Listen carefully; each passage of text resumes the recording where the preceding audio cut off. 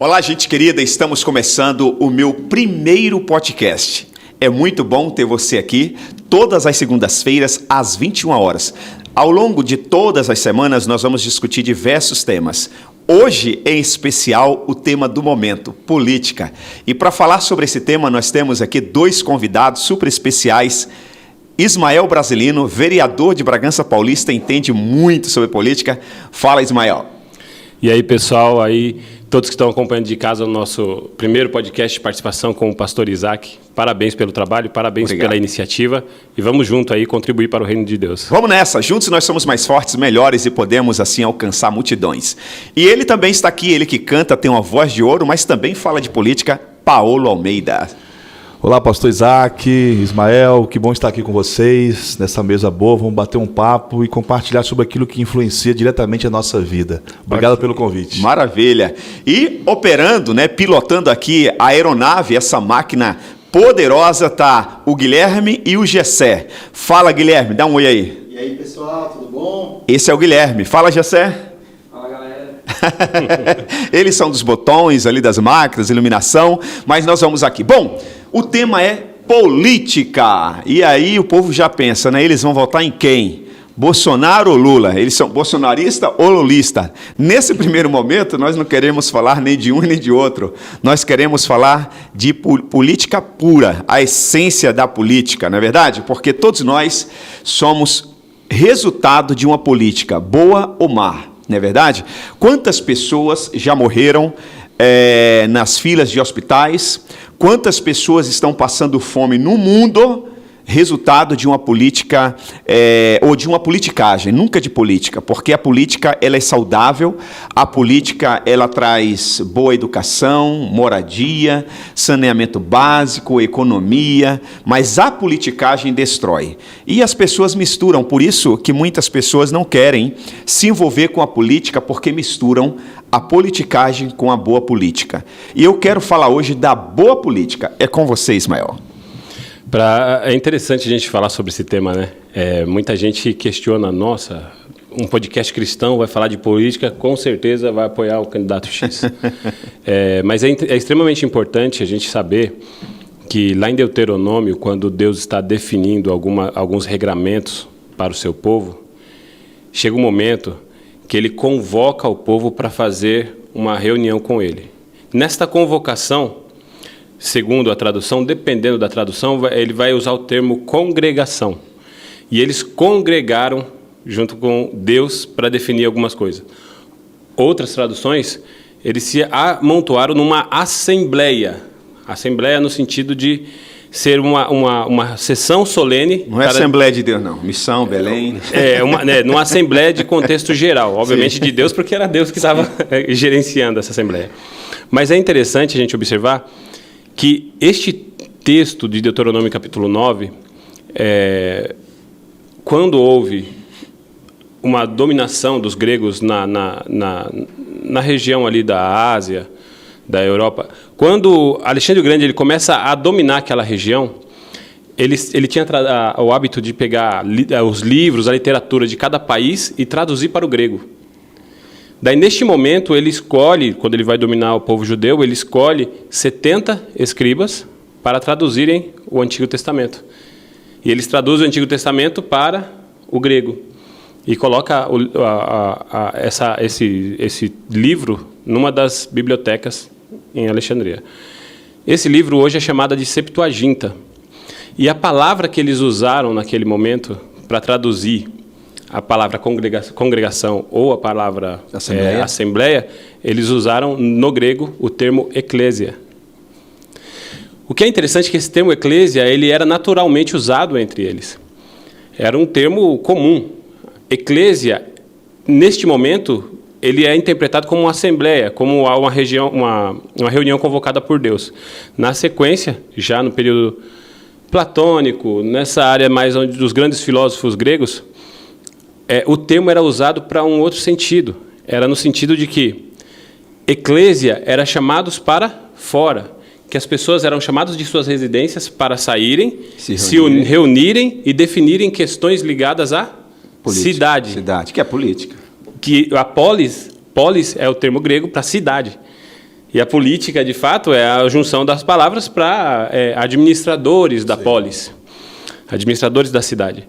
E quando chega esse momento, havia a ação da eclésia, chamados para fora, para se reunirem, para tratar de política.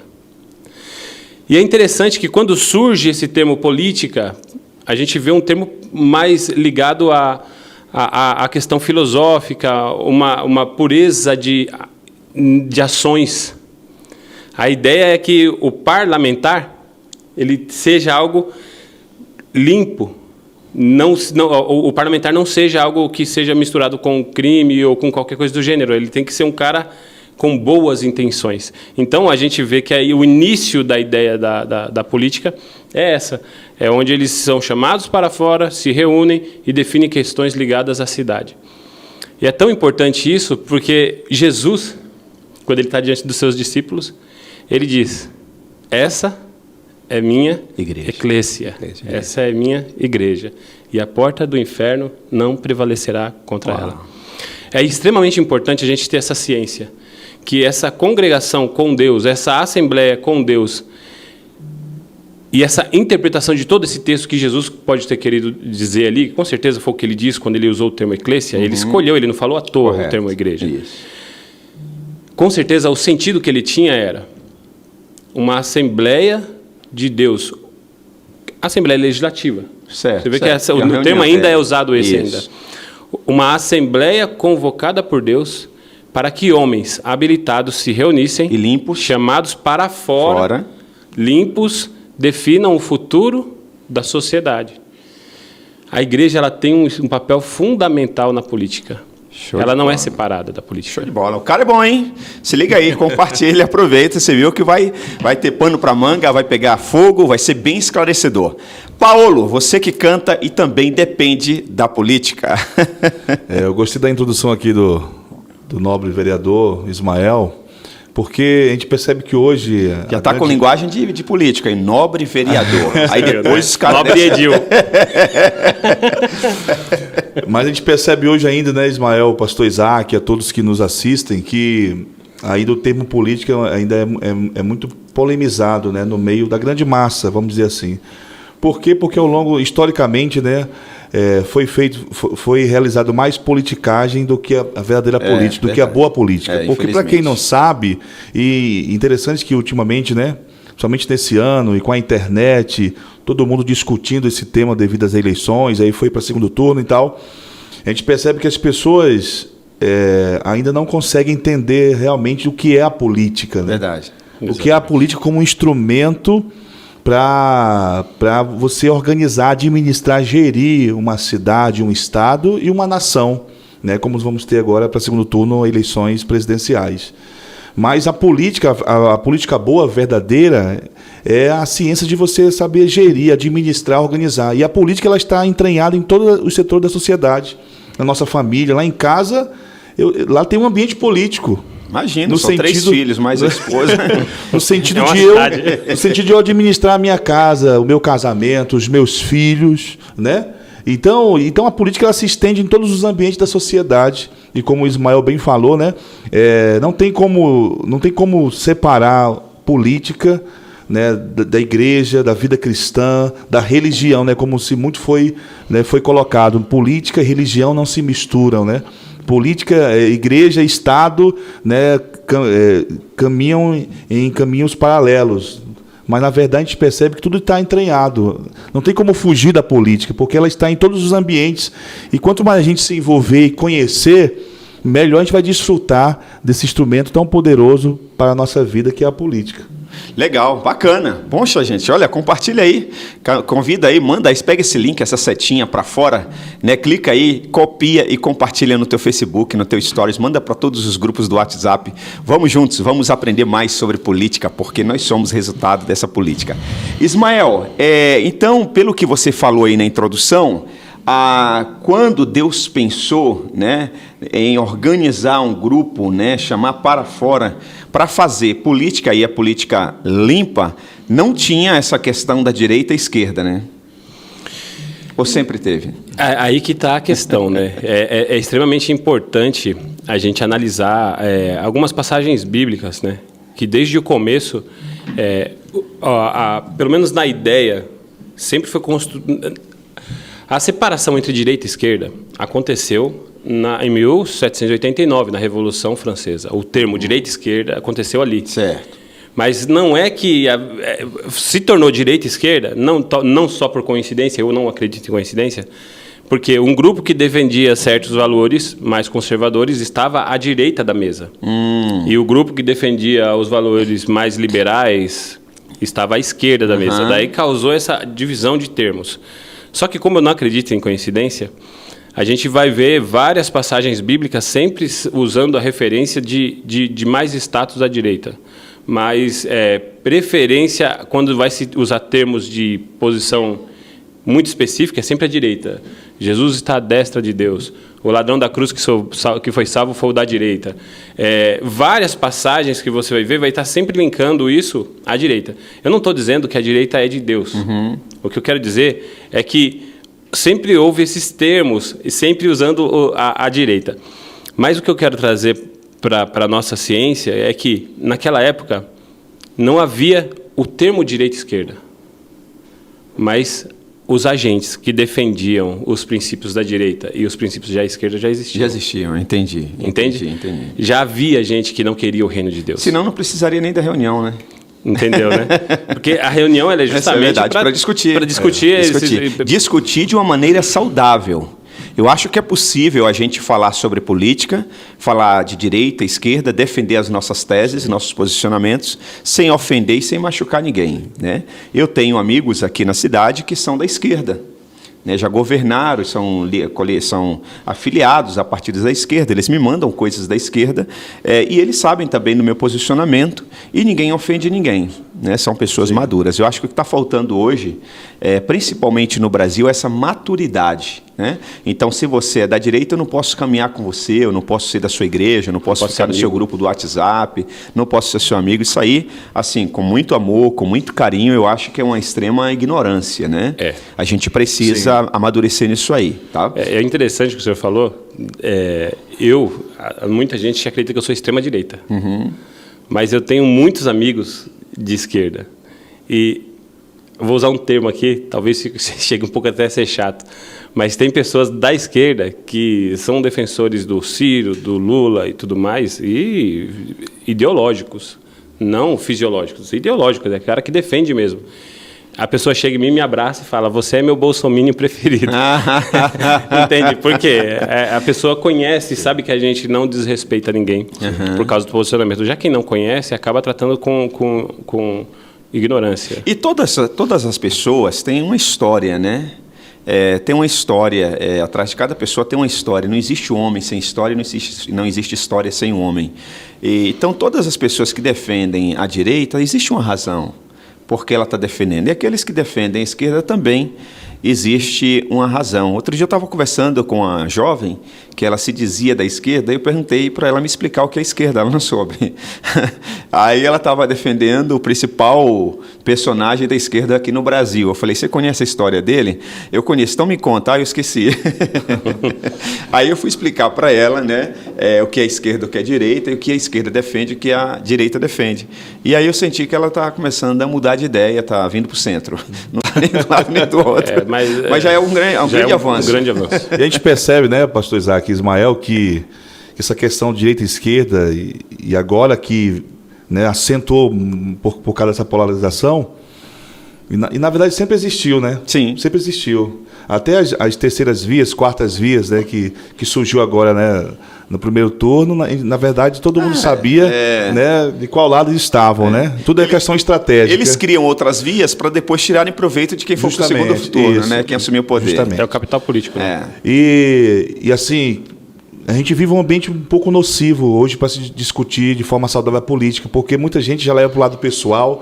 Aí, como você falou, a pessoa nem sabe o que é direita nem esquerda, e ela defende ali um lado, sabe, de uma forma pessoal e nem se abre para discutir, para conversar de uma forma tranquila, respeitosa, até porque a gente vive num ambiente democrático, num ambiente laico, né, num Estado laico, onde eu respeito, onde se deve, né, respeitar ou deveria, outro, né? deveria, né, pela sua escolha, né, de religião, questão partidária, enfim. Mas a gente percebe que esse ambiente está bem acirrado, está bastante alterado. Mas o acirramento não está acontecendo por parte da direita.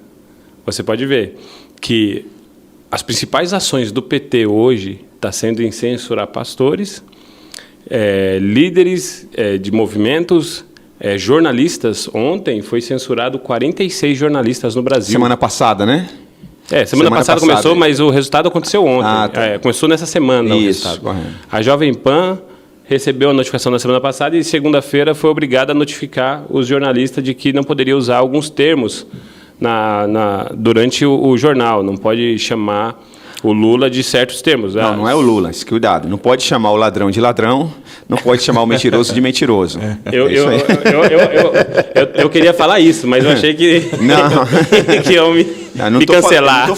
Não estou falando do Lula, estou falando que não pode chamar o ladrão do lado de ladrão e o mentiroso de mentiroso. E o ex-presidiário, claramente visto, que mais de um ano preso. Ex-presidiário, não pode. Enfim. E descondenado. Então, a gente vive num estado que, infelizmente, esse é um padrão da esquerda. Esse é um padrão. A esquerda ela não vence pela ideia. Ela vence pela ditadura. Por quê? Porque o que prevalece, eu acho que vocês vão concordar comigo, o que prevalece é a verdade. A Bíblia Sagrada, que é o nosso manual de vida, né, o nosso livro de regra, de fé e prática, diz o seguinte: nada se pode contra a verdade, senão pela verdade. Se você está com a verdade, a pessoa descansa. Mais cedo ou mais tarde, ela vai prevalecer. Pode só uma parecer questão de tempo, né? De tempo. Agora, quando você não tem a verdade, você tem que usar a força do braço. Você tem que usar alguns mecanismos, que no nosso caso hoje são as leis, né? Ou aqueles que estão no poder, que têm o poder de uma assinatura da caneta, e eles vão lá e decidem, mas não esperam, não estão pautados na verdade. Estão pautados numa ditadura, né? Num autoritarismo. Autoritarismo. Isso mas faz parte da estratégia marxista. Tá? Bom, outro dia nós estávamos conversando, Ismael, e nós falamos sobre o desarmamento, que tem a ver com a política. E aí você falou da questão o argumento que principalmente o pessoal da esquerda usa, né? Menos armas e mais livros, né? Uhum. Tira a arma e dá um livro, né? Aparentemente é bonito isso, né? O livro tem a ver com educação, com vocabulário, né? Com cultura. É até poético, né? É poético, né? Mas o fundo de tudo isso aí, você estava explicando outro dia, eu achei muito interessante. Na realidade, quando se trata de armamento, você não defende o armamento pelo armamento em si. É isso aí. Você defende o armamento pelo direito à liberdade. A gente sabe que o Estado ele tem poder de ter armamentos específicos. Hoje, o Estado ele tem fuzis .50, .80, tanques de guerra, caça. Tem vários tipos de armamentos, cada vez mais... um poder bélico, né? Um poder bélico cada vez maior.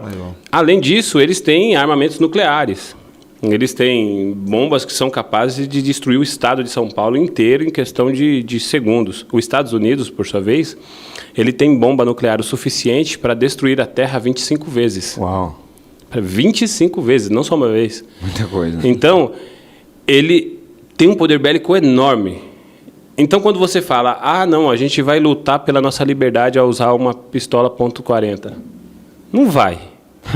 Entende? Não vai. Você não vai lutar contra o exército caso um ditador assuma o poder e queira te destruir. Por exemplo, na Venezuela, havia um soldado que ele era parte do regime venezuelano, perseguia as pessoas, matava. Um dia ele conheceu a luta da causa da população e se consentiu com isso. Ele roubou um helicóptero do exército com armamento, foi para o lado do povo e começou a defender o povo. Ele foi morto numa transmissão ao vivo no Twitter. O exército venezuelano entrou, matou ele, matou todo mundo que estava com ele. Isso mulheres agora, e crianças. recentemente? Faz mais ou menos 1 ano e meio. Ele fez o vídeo, ele estava em live, ele fez vários vídeos. Ele fazia o vídeo e falava, gente, eles estão aqui, eu já tentei me entregar, eles não querem que eu entregue, eles querem me matar. E foi explicando. E depois entrou de novo. Depois ele entrou por último, daí cai a transmissão, onde ele morre. O que acontece? A esquerda, ela não pensa na democracia de fato. Ela pensa nessa visão ditatorial, porque faz parte da estratégia marxista. Essa dominação, porque eles acreditam que o ser humano não é inteligente o suficiente para entender a ideia que eles defendem. E caso eles precisem matar para conquistar esse espaço, eles não têm peso na consciência. Exemplo disso é que a Ucrânia agora está sendo novamente invadida pela Rússia. A Rússia já fez lei marcial em 4 territórios da Ucrânia, dominou. Mas a Ucrânia não sofre desde agora. Quando a União Soviética estava... a gente fala Rússia, né, mas só mudou de nome. Mas ainda continua basicamente não o mesmo regime, não diz que é o mesmo regime, mas a gente vê que tem os mesmos traços. A essência, né? A essência. A União Soviética, ela cercou o país, na época era um distrito, né? Eles cercaram a Ucrânia, e não deixaram entrar comida, não deixaram entrar nada. E isso foi chamado de Holodomor. Não sei se vocês já ouviram falar. O Holodomor, morreram 6 milhões de pessoas de fome. Fome. As pessoas morriam na rua porque não tinham o que comer. A esquerda, ela não tem um senso moral de ação em cima do que ela pode fazer para dominar um Estado. Ela vai dominar de qualquer forma. A esquerda e comunismo, a mesma coisa. É tudo a mesma coisa. Na realidade, eles acreditam numa progressão, né? Você primeiro implementa uma sociedade socialista e, na sequência, você chega na sociedade comunista. Tem alguns até que defendem a sociedade anarquista. É uma coisa bem mais complexa do que o comunismo ainda, que é impossível. E o comunismo já matou mais de 100 milhões de pessoas no mundo? Mais de 100 milhões só na China. Só na China? Na China é mais de 200 milhões. Segundo alguns historiadores, dizem que na China mais de 200 milhões de pessoas morreram por causa do comunismo. Por quê? Porque eles também têm um controle de natalidade. Isso não é uma crueldade, o controle de natalidade. Sim. E o controle de natalidade não é com prevenção. É pós-nascimento. Então, entende? por isso que hoje muitos não falam mais no comunismo, falam do socialismo, porque falar que é comunismo, falar que é comunista, fala de morte, né? Na realidade, socialismo não. já... Na realidade, 1919, quando a União Soviética foi fundada, alguns brasileiros foram para lá para estudar o regime. E eles voltaram em 1922 para o Brasil e fundaram um primeiro partido comunista no Brasil, que é o PCB, Partido Comunista Brasileiro. Em 1935, eles fundaram o partido PSB, Partido Socialista Brasileiro. E foi fundando os partidos de esquerda. Só que na ideia que eles vieram com a ideia de guerrilha. A China foi conquistada por meio da força, a Cuba foi conquistada por meio da força. Quando Cuba decretou, falou assim, não, a gente quer um regime comunista igual à União Soviética, a União Soviética enviou a KGB para Cuba e ajudou a Cuba a se tornar comunista. Então, é uma progressão. Então, infelizmente, no Brasil já existe. Você falou que tomaram o poder através da força. Teve uma fala do José Disseu, acho que o ano passado, retrasado, quando ele saiu da prisão, que ele disse que retomariam o poder a qualquer custo. Será que tem a ver uma coisa com a outra? A Dilma falou que faríamos o diabo para ganhar a eleição. Eles estão fazendo. Estão fazendo, né? Hoje, se você assistir o partido do PL, eu quero até parabenizar os deputados do PL, eles entraram com uma ação solicitando a cassação de mandato do Danone. O Janones, ele enganou a população brasileira, alegando que ele era líder dos caminhoneiros, na época daquela greve dos caminhoneiros. Um monte de gente de direita votou nele, um monte de caminhoneiro votou nele. E só depois descobriu que ele era um farsante. Quando descobriram, ele já estava eleito. Agora, novamente, ele conseguiu a reeleição, grudou na esquerda de fato, conseguiu 200 mil votos, mais ou menos, foi reeleito para deputado federal e ele não pode ficar divulgando fake news como ele divulga. E ele já atacou o Nicolas Ferreira, ele já atacou outros pastores, ele está se apresentando como cristão. Agora ele fez um videozinho falando, falando do pastor André Valadão. O meu irmão em Cristo está aí pedindo desculpa. Ele cortou o vídeo do André, colocou só o trecho. Olha, ele está pedindo desculpa, falando que o Lula não é a favor do aborto. Então, meus irmãos em Cristo, é uma hipocrisia. Esses caras não são crentes. Às vezes a gente fala, o cara é de esquerda, a gente tem diálogo. Mas é bom deixar claro aqui que não foi o pastor André Valadão que estava dizendo que o Lula não era ladrão, que não defendia o aborto. O ministro Alexandre, correto, de Moraes, que obrigou ele a gravar aquele vídeo, exatamente. Se retratar. Eles tiraram fora de contexto. De contexto. Agora, falando dos dias de hoje, Paulo, a questão da política, né, no dia a dia, como que ela pode influenciar as famílias? Porque às vezes a pessoa pensa, mas ele está defendendo o Bolsonaro, o outro está defendendo Lula, mas na verdade não é nenhum e nem outro, é a gente. Sim. Né? Nós estamos se defendendo, né? Então, por que nós devemos entender, buscar se envolver na política e votar corretamente? Na verdade, quando o povo, né, vão às urnas votar, hoje, né, está tendo uma consciência, né, mais real do peso do voto de cada brasileiro, né? Porque antes como era uma massa de manobra, então o povo ia lá, votava apenas, mas não sabia da consequência que aquele voto... Sabia nem quem votou, né? Chegava em casa, se eu estou em quem? Semana seguinte nem lembrava quem votou.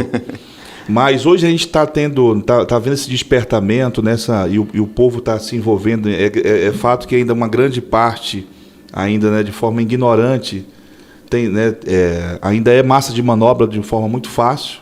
Tanto, né, que as pesquisas mostram isso, né? O resultado do primeiro turno também mostrou isso, né? Mas a política ela é tão importante para nós, e o nosso voto ele tem um peso e vai trazer uma consequência tão boa ou má, dependendo de quem nós votarmos. E como o senhor falou, a gente não está defendendo aqui A ou B, Bolsonaro ou Lula, esquerda ou direita, né? Mas o que está defendendo são os valores, os princípios que nós, como brasileiros, como cidadãos, né, queremos desfrutar, queremos viver, né, no nosso dia a dia. O que o brasileiro ele quer de fato, né, através da política? Ele quer viver uma vida digna, né, viver os seus direitos como cidadão e seus deveres. Mas, ao longo da história, o que a gente viu na política brasileira, né, na verdade, a gente não viu uma política, a gente viveu uma politicagem, né, de roubalheira, de desvio, de corrupção e de total engano, né, sobre a população. E isso vem desde do descobrimento, né, que não é descobrimento, enfim, é outra história isso aí. Mas o que nós queremos, pastor e Ismael e a todos que nos assistem aqui, o que nós como brasileiros estamos defendendo, sabe? Defendendo nossos direitos como cidadão, de como Brasil, de como brasileiros vivemos uma vida digna, né? Na nossa terra. Não sermos roubados, não sermos agredidos, né, de uma forma tão descarada como vinha sendo, né, ao longo da história. Muito bem. Bom, gente, hoje é segunda-feira, dia 24 de outubro, e já está aí, né? Próximo domingo já é dia 30, dia das eleições, e você falou, Paulo, que nós queremos uma vida digna. Eu aprendi que nós somos resultado das nossas ações. Nós não podemos reclamar daquilo que nós toleramos. Isso. Concorda comigo? Perfeito. Então, a minha pergunta para você que está nos assistindo é: você já sabe em quem vai votar? Pastor, eu sei. Ok. Essa pessoa que você sabe que vai dar o seu voto, que você vai dar o direito dele governar, possivelmente governar você por 4 ou mais anos, você sabe o que essa pessoa defende? Você sabe? Você tem consciência disso? Porque é fácil falar agora na reta final que é a favor da vida, né, que vai gerar mais emprego, embora não sabe como. Mas, e os vídeos que já gravaram? Porque agora, na reta final, a gente sabe que pode falar muitas coisas com segundas intenções, só para assumir o poder. Mas lá atrás, não. Lá atrás não pensou e é aquilo que a pessoa é. E né? o passado recente, né? Então, existe fake news na internet? Né? Eu falo sempre que existe a internet e existe a infernet. A internet é boa, né? É essa internet que nós estamos aqui agora, né? Esclarecimento, liberdade de expressão. Você que talvez defenda a esquerda, você pode comentar aqui no chat.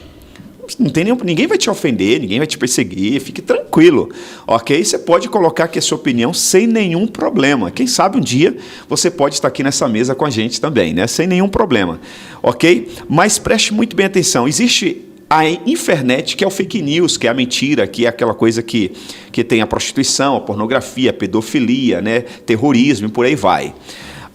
Mas uma coisa é quando eu falo a respeito, eu digo que o Paulo falou, que o Ismael falou, e eles não falaram. Outra coisa é quando a gente tem vídeo do Paulo falando e do Ismael falando. Aí não é fake news, gente. E aí não é invenção, isso não é acusação, é a pessoa que está falando. Você consegue me entender? E o que mais nós temos são vídeos, são entrevistas dele falando que ele é a favor do aborto, que a família tradicional é coisa do passado, que não existe mais, que aborto é uma questão de saúde pública. Você já pesquisou, você, menina, que defende o aborto, né? Você que defende o aborto, você já pensou, você já pesquisou as consequências que uma jovem, uma mulher, ela sofre para o resto da vida do aborto, referente ao aborto? Depressão, suicídio, acusação, né? Acusação mental mesmo. Então, tipo assim, a saúde pública, você vai gerar uma solução que não é solução, gerando outro problema? Não pode. Você não pode cometer um erro em cima de outro erro. Pastor, o que nós precisamos fazer? Conscientizar o povo. Viver pautado em princípios. Que é o que nós estamos defendendo. Planejamento familiar. Você está entendendo? Fidelidade ao seu cônjuge. É o que a gente tem que ensinar. A gente não pode cometer um erro em cima de outro erro. Então, Ismael, essa questão do aborto também. Tem a questão, você até citou aí na China, né? Quando eles matam muita gente ou defendem o aborto, a questão da natalidade, né? Mas não é só isso. Nós, como cristãos, nós sabemos que tem um outro interesse por trás disso, que é paralisar um projeto divino, que é a família, né? Além disso, é extremamente importante que o aborto não aconteça. Porque uma mãe, quando ela comete um aborto, ela não pode pensar somente nela. Ela tem que pensar nela e no filho dela. Correto. Às vezes, o filho dela pode ser a pessoa que vai descobrir a cura do câncer. Vai ser uma pessoa que vai ter um conhecimento científico tão grande que vai ajudar muitas pessoas. Ou uma pessoa que vai se envolver em questões sociais, que vai poder ajudar outras pessoas. Agora, quando ela comete o aborto, ela não pensa nisso. E ela em si acha que ela está fazendo uma luta pelos seus direitos, ela acha que ela está sendo altruísta com isso.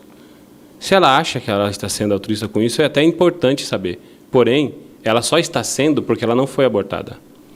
Então, os principais defensores do aborto, eles estão vivos aí defendendo a morte dos outros. Por quê?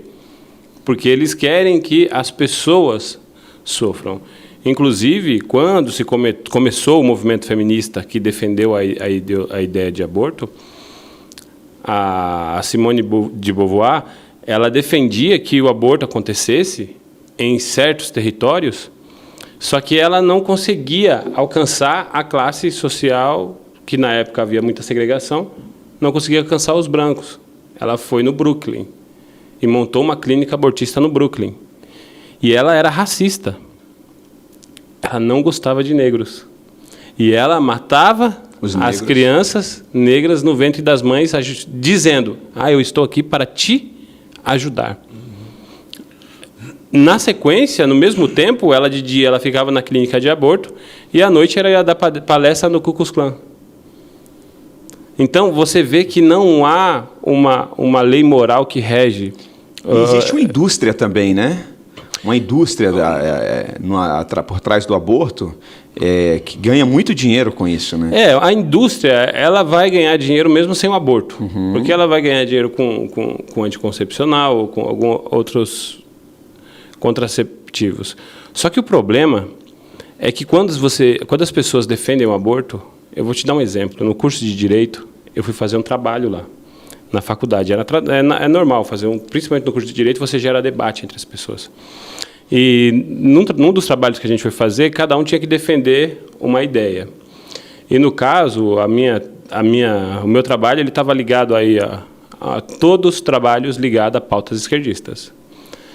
Estava ligado a uma questão lá que não vem ao caso agora. Mas teve uma menina que ela foi fazer um trabalho, isso no primeiro semestre. Para ela era primeiro, né? Eu estava no terceiro ou quarto. Ela foi fazer o seu trabalho sobre aborto. E ela fez o trabalho. Na hora de fazer a apresentação em classe do trabalho, ela fez questão de ser a primeira a falar. Ela chegou toda emocionada para fazer a apresentação do trabalho e falou: gente, eu quero ser a primeira a falar sobre o nosso trabalho. Eu vou confessar para vocês, quando eu comecei a fazer o trabalho, eu era extremamente anti-aborto. Não acreditava que isso seria uma solução para a nossa sociedade. Hoje, eu consigo enxergar como eu estava cega. A faculdade colocando na cabeça da garotada de que o aborto é algo saudável para a sociedade. E isso acontece, isso na faculdade aqui de Bragança. Então, infelizmente, eles vão continuar atacando os nossos princípios, atacando os valores, atacando a família, mas isso acontece por consequência de uma questão, que é a falta de amor. Por falta de amor, o povo vai continuar sofrendo, perecendo. Né? Perecendo. Agora, você que, de repente, defende o aborto, né? Você já imaginou se a sua mãe tivesse te abortado? Ah, mas a criança não sabe de nada, é um feto, mas é uma vida. Entendeu? Está aqui o Paulo, que tem 1,89 m. Será que o Paulo tem mais valor porque ele tem 1,89 m do que uma pessoa que tem 1,50 m, do que um anão? Ambos têm o mesmo valor. Né? O feto que está no ventre de uma mulher tem o mesmo valor que o Paulo com 1,98 m. Seu irmão está entendendo? Então, nós precisamos entender que é vida. E a vida, ela precisa ser defendida em todas as instâncias. Desde a sua concepção. Desde a sua concepção. E até a morte natural. Os argumentos, né? Eu não sou anti-aborto só também. Eu sou anti... Eutanásia. Eutanásia. E até os argumentos são fortes, né? No caso de uma garota quando é estuprada, né, dentro da sua família. Então, teve até o último caso de uma criança, né, que engravidou, né, na adolescente, e aí tiveram que tirar, né, de forma judicial. Teve toda aquela comoção. Porque se você concorda com isso aí, você vai abrindo precedentes. Mas olha que interessante essa história. Como que a igreja está se omitindo, precisa se posicionar. Quando aconteceu a história da menina grávida, o médico ele emitiu um laudo. Ele falou que a menina não precisava abortar porque o bebê estava saudável, estava com 6 meses. O bebê estava saudável, tinha tudo para nascer com saúde plena, não teria nenhum problema de saúde para a menina, e o bebê poderia ser doado para alguma família que quisesse a criança, ou até mesmo se algum parente quisesse criar a criança. A mídia caiu em cima, matando na criança, na família, forçando a abortar. Daí foi decidido que judicialmente ela abortasse. Correto. E ela foi levada a um hospital para abortar. Nesse momento, ficou alguns católicos e cristãos evangélicos, cristãos católicos e evangélicos, na frente do hospital, querendo conscientizar a menina para ela não abortar. E fizeram um alabarismo, colocaram a menina por trás do hospital para ninguém ter acesso a ela, tal, e eles começaram a gritar na frente: por favor, não faça o aborto, não faça o aborto, é uma vida, é uma vida. Eles fizeram o aborto. Qual foi a matéria na grande mídia? A matéria foi a seguinte: um grupo extremista religioso radical ficou na frente do hospital, causando bagunça, depedrando o hospital, destruindo o patrimônio. Essa foi a narrativa, e não houve isso. Não houve violência. Foi só o pessoal se manifestando contra o aborto. A favor da vida. O foco, né? O principal que é exatamente isso. Agora, e as consequências? Quem é o vilão da história? Segundo eles, segundo a mídia. A igreja. Eles compararam os cristãos ao Estado Islâmico. Só que eles não falam agora as consequências que essa criança, né, se Deus não tiver misericórdia, vai sofrer para o resto da vida. Eles tentaram proteger a menina, que realmente precisa ser protegida, precisa ser cuidada, mas não se justifica para proteger uma vida destruindo outra vida. E ela não foi estuprada, não, né? Foi parente, né? Na realidade, os dois se casaram os dois pais casaram, cada um tinha um filho. E os dois irmãos não de sangue tiveram relação e o menino tinha 13 anos. Então, o que precisaria fazer? O governo, principalmente, orientar as famílias, conscientizar as famílias. Por exemplo, na nossa igreja, vira e mexe, eu falo, os pais, cuidado com suas crianças, vai dormir na casa de um amiguinho, não é o pai do amiguinho, não é a família do amiguinho, mas você não sabe o amiguinho do amiguinho. Você não sabe quem vai naquela casa, se vai alguém alcoólatra, se vai alguém drogado, se vai... Você está entendendo? Então, cuidado, converse com seu filho. Oriente a sua criança, né? Minha menina hoje tem 17 anos, mas quando ela era pequenininha, que ia para a escola, fazia balé, natação, eu orientava, não deixa o professor e ninguém pode tocar aqui nos seus órgãos genitais, né? Só a sua mãe, quando estiver tomando banho, entendeu? Nem o seu pai, eu falava isso, nem o seu pai, orientando a minha filha. Então, o que falta hoje, muitas vezes, é essa conscientização, porque muitas vezes a gente acha que o mal só vai acontecer com alguém bem distante da gente. A gente nunca imagina que vai acontecer dentro da nossa casa. Então, o que falta hoje, eu penso, é as autoridades conscientizarem as pessoas, né? E não querer justificar, não querer criar um outro problema para combater um problema que já existe. E como você falou, vai abrir precedentes para outros casos que vão surgir, como tem, né? Só que a grande mídia não veicula, porque aí, não, como já teve essa abertura aqui, então aí vai tendo abertura para outras questões nocivas para a sociedade. Né? Bom, mas vamos trazer agora... Domingão, daqui a alguns dias, dia 30, né? Hoje é dia 24, daqui a 6 dias, uau, é isso? Daqui a 6 dias nós temos as eleições presidenciais. E aí, vai dar quem? Em quem você vai votar? Ok? Vamos falar de resultados, né? Resultados. Nós temos aí o presidente Jair Messias Bolsonaro buscando a reeleição em 4 anos, muito complicado. Né, ele tem apresentado alguns resultados que o ex-presidente que está querendo voltar ao poder não apresentou em 16 anos. Não é verdade? Então, você, Ismael, que está bem envolvido na política, né, você tem acompanhado, você é vereador, um excelente vereador aqui na cidade de Bragança Paulista, o que você pode falar para as pessoas que estão nos assistindo para incentivar elas a tomarem a decisão correta para que o Brasil continue crescendo, prosperando, porque essa nação é uma nação que tudo que planta dá. Não tem maremoto, não tem terremoto, não é verdade? Não tem furacão, entendeu? A única coisa que atrapalha o Brasil prosperar é a corrupção. E já foi comprovado aí nesses últimos 3 anos que se não roubar, dá para fazer. Eu nunca vi sair tanto dinheiro de um governo federal como saiu nessa pandemia para a prefeitura, para governo, para estado e auxílio emergencial e tanta coisa, vacina e cara, e o Brasil continua de pé, velho. Na realidade, o Brasil ele é o único país, é um dos únicos países, mas é o principal país que está se recuperando bem da economia, das crises, né? Por exemplo, na Ucrânia, a produção maior era de trigo. Trigo era o que mais produzia na Ucrânia. E o Brasil importava trigo de lá. O trigo estava custando, o saco de 25 quilos custava R$ 56. Hoje ele está custando R$ 110. Uau! Duplicou o preço. O trigo está em tudo.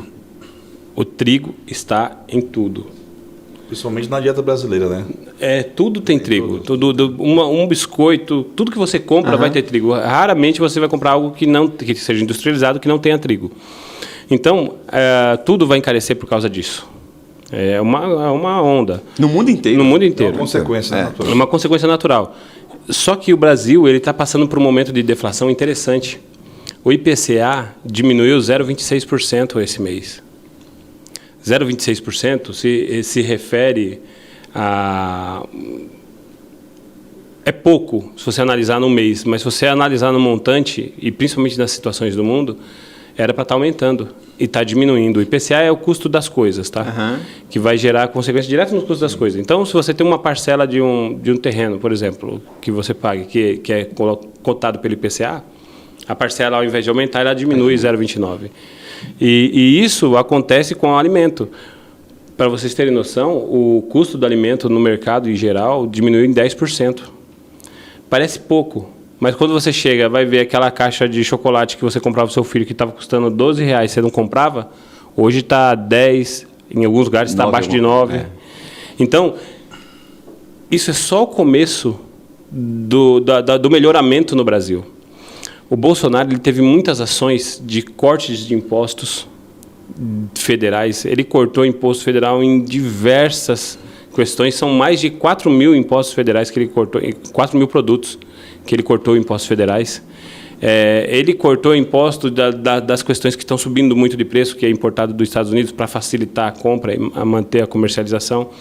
Só que o que acontece? Ele está basicamente fazendo, entre aspas, né, uma reforma tributária sem uma reforma tributária de fato. Correto. Quando for apresentada a reforma tributária, eles vão segura. saber de onde pode sangrar mais, porque ele teve coisa que pôde e não pôde. E depois dessa reforma tributária, ninguém segura o Brasil mais. Não, ninguém segura. Porque só com esses jeitinhos, tira dali, tira daqui e tal, o Brasil já está crescendo mais que a China, pô. Em 42 anos. Exatamente. Pela primeira vez em 42 anos. O nosso país está com a possibilidade de se tornar uma grande potência mundial. Eu acredito que a reeleição do Bolsonaro... Porque, vamos ser sinceros, o João Dória ele fez um grande serviço ao Brasil. Muita gente não reconhece isso. E o grande serviço ao Brasil que ele fez foi se queimar como político, estragar o PSDB, que ele acabou com o PSDB no estado de São Paulo. O PSDB, com a máquina na mão, teve que perder a reeleição. Ele acabou com a história do Alckmin, expôs a ridicularização da social-democracia, que é uma vertente de esquerda. Ele se apresentou como social-democrata, inclusive o PSDB emitiu uma nota falando que o Dória foi um dos maiores defensores da social-democracia no Brasil. Social-democracia é um pré-socialismo, sabe? Então, ele fez um grande trabalho ao Brasil, por quê? Porque ele ridicularizou o que ainda o pessoal achava que era certo, expôs a ferida, expôs a hipocrisia do Alckmin, expôs a hipocrisia do próprio PSDB. Então, isso gerou um bom resultado para a sociedade, porque agora o PSDB ele não tem poder de ganhar um governo de Estado novamente do Estado de São Paulo. Por quê? O Bolsonaro vai estar com o Tarcísio e, no caso... O Dória, na época, ele ficou fazendo aquele negocinho, chama governador daqui, faz reunião de governador, frente de governadores, sempre querendo se parecer melhor que Bolsonaro. Promover, né? Queimou maravilhosamente bem. Ao ponto que a semana passada, terça-feira passada, ele soltou uma nota falando que está saindo da vida pública e que contribuiu de uma maneira excelente para o Brasil, para a sociedade e tal. Então, agora, ele só vai cuidar dos negócios dele, da fortuna dele. Né? Ontem ele saiu do PSDB. Não, foi a semana passada, foi terça-feira passada. Isso. E saiu essas notas de parceiros políticos. Então, agora, se a gente tiver o Tarcísio e o Bolsonaro... Gente, esse Brasil vai voar. O mundo mandou um recado no dia... As eleições aconteceu dia 22, né? De setembro, foi isso?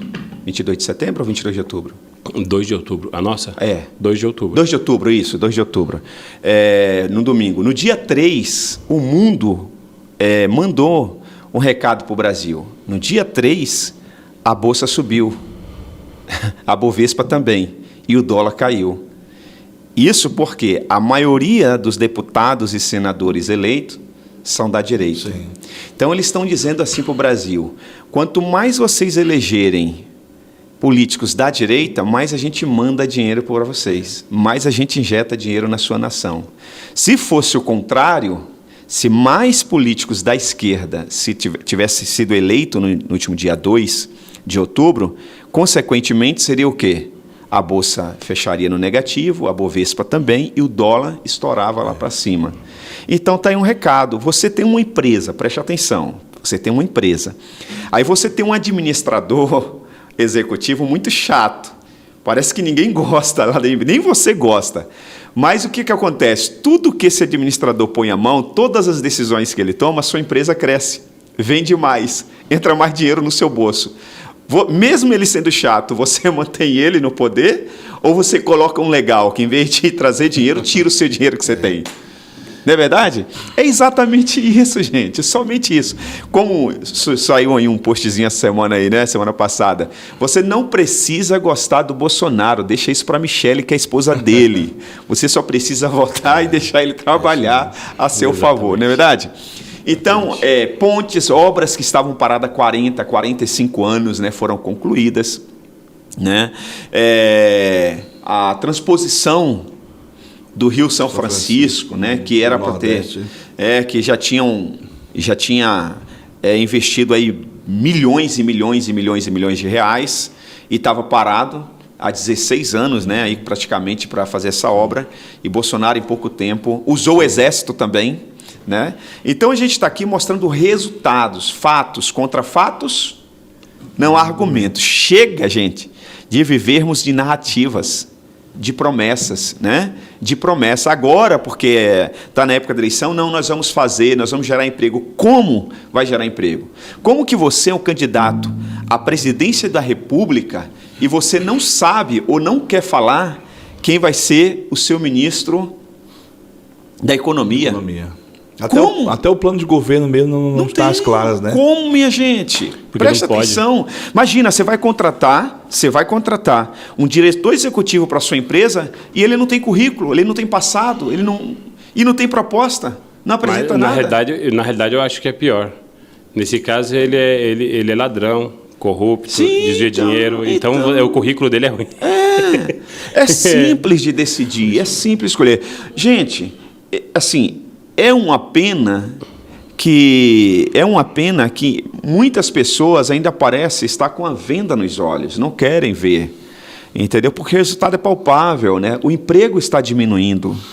Mas isso, pastor, ainda é consequência da velha política. Ainda, né, o povo ainda é acostumado à velha política, sendo massa de manobra. O toma lá da cá, aquela me ajudinha, dá um saco de cimento que eu voto em você. O meu voto, a questão do voto era muito pessoal. Não, né, então, essa consequência ainda vai demorar. A gente precisa mudar essa cultura. Estamos aqui com um vereador em exercício, o vereador Ismael, e ele creio que vai confirmar isso que eu vou falar. Ainda hoje tem gente que chega lá para os vereadores pedindo uma cesta básica. Vereador, preste atenção, vereador, prefeito, deputado estadual, federal, senador, eles não existem para dar cesta básica. O vereador, ele é eleito para fiscalizar o executivo, ok? Para que o executivo apresente um bom resultado para os municípios. Aplique bem os recursos, correto, né? Correto. Isso reflita na qualidade de vida da população. Correto. Então, você não precisa ir lá no vereador, você precisa falar ao vereador, trabalha aí para o prefeito gerar mais emprego, trazer mais empresas, né? Trazer mais empresas aqui para o nosso município. Deputado, manda aqui ver essa questão dos impostos, né? Os senadores, vamos criar leis para defender a nossa sociedade. Você tem que fazer isso. E a gente, trabalha, entendeu? O governo tem o papel de facilitar, não complicar a nossa vida para a gente produzir. E aí, meu irmão, preste atenção. Agora, você vai lá no vereador. Vamos usar aqui um exemplo do vereador. Você fica pedindo cesta básica, você fica pedindo remédio, você fica pedindo isso e aquilo. Aí o cara, né, que não tem muitos princípios, não tem muito princípio e ainda está resultado da velha política, ele vai te dar. É isso mesmo. Só que o salário que ele recebe não vai cobrir todas as doações que ele faz. O que ele vai ter que fazer? Infelizmente, alguns fazem. Não sei aqui em Bragança, mas em outros municípios por aí, infelizmente, muitos fazem. Né? Aí faz falcatrua, indicando empresa para prestar serviço para a cidade, né? o deputado para um estado, para uma região, e aí pega por fora, aí obra superfaturada, tira do seu bolso. Até o cara te dá uma cesta básica, ok? E tira 100 sua. Até aprovar projetos, porque todo projeto de liberação de loteamento é aprovado pelos vereadores.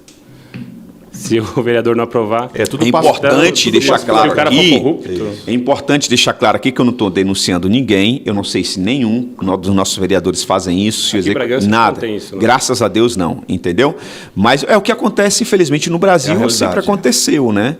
É uma consequência da velha política, que a gente tá falando, que precisa ser mudada. Então a gente precisa mudar esse E o quadro. Brasil está entrando num caminho de mudança, de transformação, para nós vivermos tempos aí de glória. De glória. Bom, estamos chegando na reta final aqui do nosso primeiro podcast. Eu quero deixar vocês à vontade para falar mais alguma coisa que vocês têm aí de política para quem está nos acompanhando. Você já compartilhou esse link? Se não, faça isso agora. Já se inscreveu no meu canal? Pelo amor de Deus, se inscreva aí e dá aquele like. Me ajuda aí, gente. É o primeiro, eu estou começando. Toda segunda-feira, às 21 horas, aqui no meu canal, PR Isaac Oficial, um podcast para vocês, sempre com um tema diferente. É com vocês.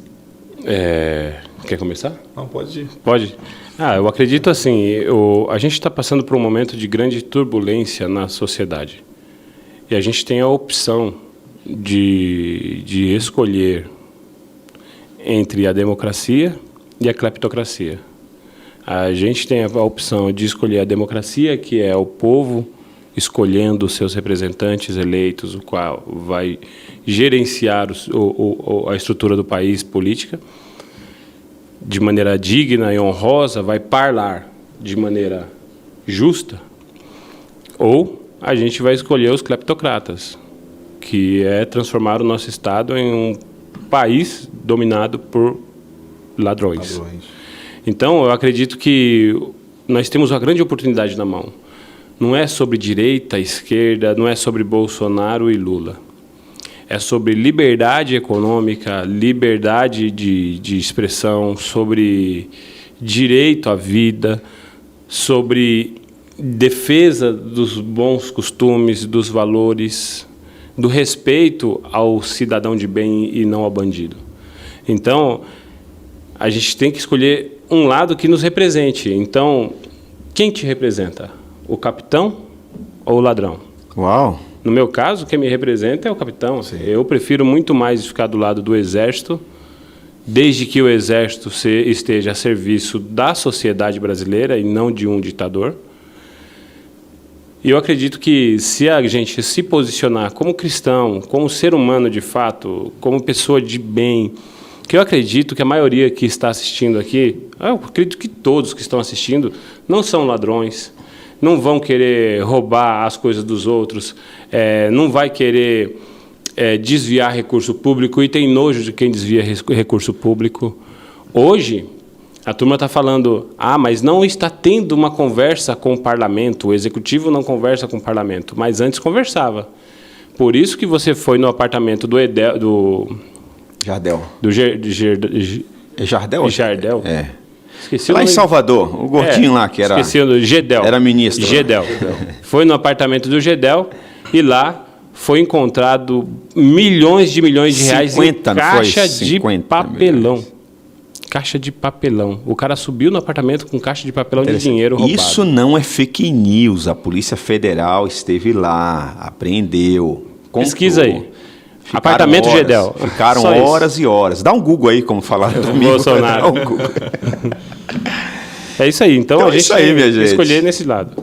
Paulo Almeida. Bom, o que está em jogo está em jogo o nosso futuro, a nossa história, a nossa família, os nossos valores. O que está em jogo a nação brasileira. Quando fala de nação brasileira, está falando de nós brasileiros. Então é chegado o tempo de nós sermos os protagonistas da nossa história. Porque por muito tempo fomos enganados, fomos escravizados, nos tornamos massa de manobra e é chegada a hora de nós agora nos posicionarmos como nação. Quando fala de Brasil, quando fala de nação, não fala-se das riquezas naturais que a nossa terra tem, mas está falando do povo, trabalhador, do povo aguerrido, e está falando de nós, de mim e de você. Então está chegando agora o dia 30, então que você seja o protagonista da sua história. Não é pessoal, mas é questão de família, são questão de valores que está em jogo, do nosso futuro, e nós não abrimos mão disso. Então, vote certo, vote pela sua família, vote pela sua nação, vote pelos valores que você acredita. Eu creio que você acredita na família, eu creio que você acredita na prosperidade, que você acredita naquilo que é honesto, naquilo que é certo, e o certo é 22. Deus te Uau. abençoe. Esse é o Paulo. Bom, minha gente, muito obrigado pela sua audiência, muito obrigado pela sua participação, pela sua contribuição em compartilhar esse link. Se você ainda não compartilhou, faça isso agora. Toda segunda-feira, às 21 horas, estaremos aqui no meu canal PR Isaac Oficial. Eu quero deixar, antes de terminar, aqui um texto bíblico em Lamentações de Jeremias, capítulo 5, versículo 7, diz assim, olha, nossos pais pecaram e já não existem mais, ou seja, eles já morreram, e nós levamos o castigo pelos seus pecados. Talvez você que está me assistindo, você que tem 40 anos hoje, 50, 60, 70, você que tem filhos, você que tem neto, talvez daqui a 4 anos você não exista mais, 10, 15 anos, mas você vai deixar filhos, netos e bisnetos. Se Jesus não voltar até lá, a sua descendência vai sofrer as consequências dos seus atos hoje. Ok? Então, o seu voto é mais importante do que você imagina. Veja o que está acontecendo na Venezuela, na Argentina. Acabei de mexer aqui no celular, recebi uma mensagem de um pastor chamado Pastor Jeremiah. Conheci nos Estados Unidos alguns anos atrás. Ele é de Serra Leoa, um dos países mais pobres do mundo. Nós ajudamos o pastor Jeremiah, ele cuida de crianças órfãs, entendeu? Então, preste atenção, nós estamos hoje em um país rico. Para você virar pobre, é só não cuidar da sua riqueza. O mundo está de olho no Brasil. Não espere que a China vai defender o Brasil, não espere que os Estados Unidos defendam o Brasil. Quem defende o Brasil são os brasileiros.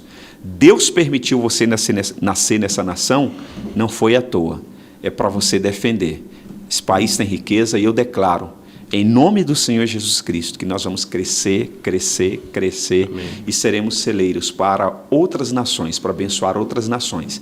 E os brasileiros que estão fora dessa nação, que foram para outros países por falta de oportunidade de emprego, de segurança dentro desse país, eles voltarão, porque nós somos ricos e Deus tem abençoado essa nação. Então está aí. Dia 30, vote consciente, não vote pautado nas suas emoções, use a sua razão, porque é a sua razão que enche a barriga, não é emoção. A emoção muitas vezes diz para a gente, fica em casa, você está cansado, não vai trabalhar, está chovendo. Mas a razão diz, você precisa pagar a conta, se você não for, você vai ser mandado embora. Talvez as suas emoções podem dizer, eu não gosto do jeito que ele fala, né? Ele é grosso, né? Não tem conversa com o parlamento, mas a razão diz, mas está tendo resultado, o desemprego está diminuindo. Você está entendendo? O mundo está de olho na nossa nação, está tendo deflação. Pela primeira vez em 8 anos, as contas públicas fecharão em alta. As estatais estão dando lucro, Petrobras está dando lucro, os Correios estão dando lucro. O pedágio na Dutra aqui caiu, isso influencia nos produtos que são transportados nessas rodovias. Você está entendendo? Então tem muita coisa, a gente ficaria aqui horas e horas falando dos resultados dos últimos 3 anos desse governo. Agora, em meio à pandemia, em meio a uma guerra que não terminou ainda, né? Olha a sabedoria do cara, Ismael e Paulo, né, e você que está nos assistindo, né, no início da guerra, sabe o que ele fez? Pegou o avião aqui, ele não foi para Cuba, ele não foi para Venezuela, ele foi conversar com o Putin, para a gente ter o quê? Os fertilizantes. Você já imaginou se ele não fosse nem conversar, dialogar? Porque o que funciona, o que gera a guerra? A falta do diálogo. O que gera um divórcio entre o marido e a mulher? A falta do diálogo. Ele foi dialogar com o Putin e o agro está crescendo como nunca, está sustentando, entendeu? Porque não faltou fertilizante. Então, a sabedoria, o cara pensando no povo, porque o político ele é eleito pelo povo para governar para o povo, gente. Não é para governar para os seus amiguinhos, não é para governar para meia dúzia de pessoas ou para artistas. O cara vetou, né, esse negócio de lei Rouanet. Os caras pegavam o nosso dinheiro, cobravam ingresso no show, entendeu? e comprava aviãozinho, mansões. Não, o nosso dinheiro é para o bem de todos, é para nós, não para uma classe de artistas. Por isso que os artistas estão defendendo o ex-presidente. Está entendendo, gente? Então está muito claro, está fácil. A nossa intenção aqui é ajudar, é contribuir na sua decisão de voto, é gerar esclarecimento para que você possa votar consciente, com sabedoria e que a nossa nação possa continuar crescendo. Meu muito obrigado a você que está nos assistindo. Obrigado, Gessé. Obrigado, Gui. Obrigado mais uma vez, Ismael. Obrigado, Amém. Paulo. Que Deus abençoe a todos vocês. E segunda-feira, permitindo Deus, estaremos aqui de volta às 21 horas. Eu conto com você.